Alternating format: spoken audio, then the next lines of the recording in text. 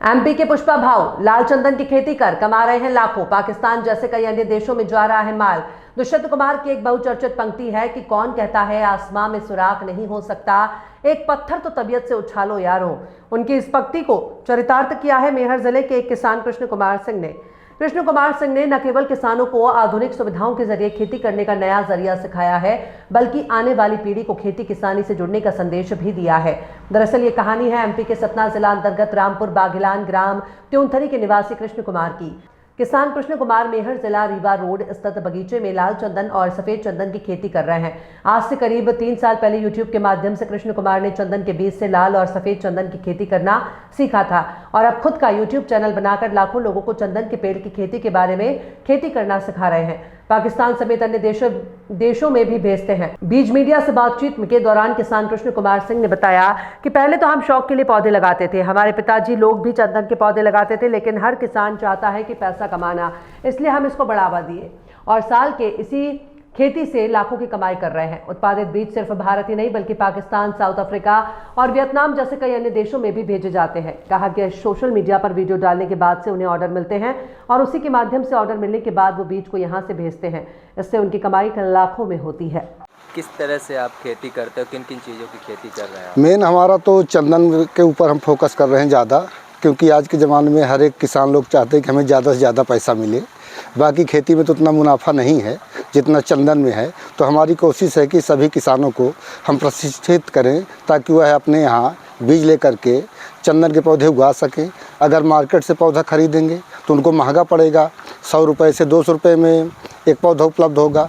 किंतु अगर वो बीज लेकर के पौधे तैयार करके खुद खेती करते हैं तो उनको सस्ता पड़ जाएगा। तो हमारी कोशिश है कि हम सबको बीज उपलब्ध कराएं। जिन भाई बंधु को अगर पौधे चाहते हैं तो पौधे भी हम उपलब्ध करा देते हैं। हमारे पास खेती करते हैं आप, पहले बीज लाते फिर पेड़? पहले बीज लेके आते हैं, बाहर से मंगाते हैं बेंगलोर से, फिर उनको हम प्रोसेस करते हैं। बीज उगाने में थोड़ी लंबी प्रक्रिया होती है। बीज ऐसे नॉर्मली नहीं उगता कि हर कोई उगा ले। बीज उगाने में जिब्रेलिक एसिड का उपयोग होता है, तभी चंदन का पौधा उगता है। फिर हम पौधे उगा करके पॉकेट में शिफ्ट करते हैं। जब पौधे बड़े हो जाते हैं तो किसान लोग बाहर से आते हैं और पौधे लेके चले जाते हैं, अपने यहाँ जा कर के लगाते हैं। अब तक कितनी कमाई हो चुकी है? हो गया ज़्यादा नहीं, पर फिर भी अपना खर्चा पानी चल रहा है। 1.5-2 लाख रुपए सालाना मिल जाता है, 1.5, 2, 3 तक चला जाता है कभी कभी। कहाँ तक पौधे जाते हैं आपके? पौधे तो हमारे ऑल इंडिया जाते हैं, उससे सबसे ज़्यादा दूर यहाँ से राजस्थान तक गए हैं।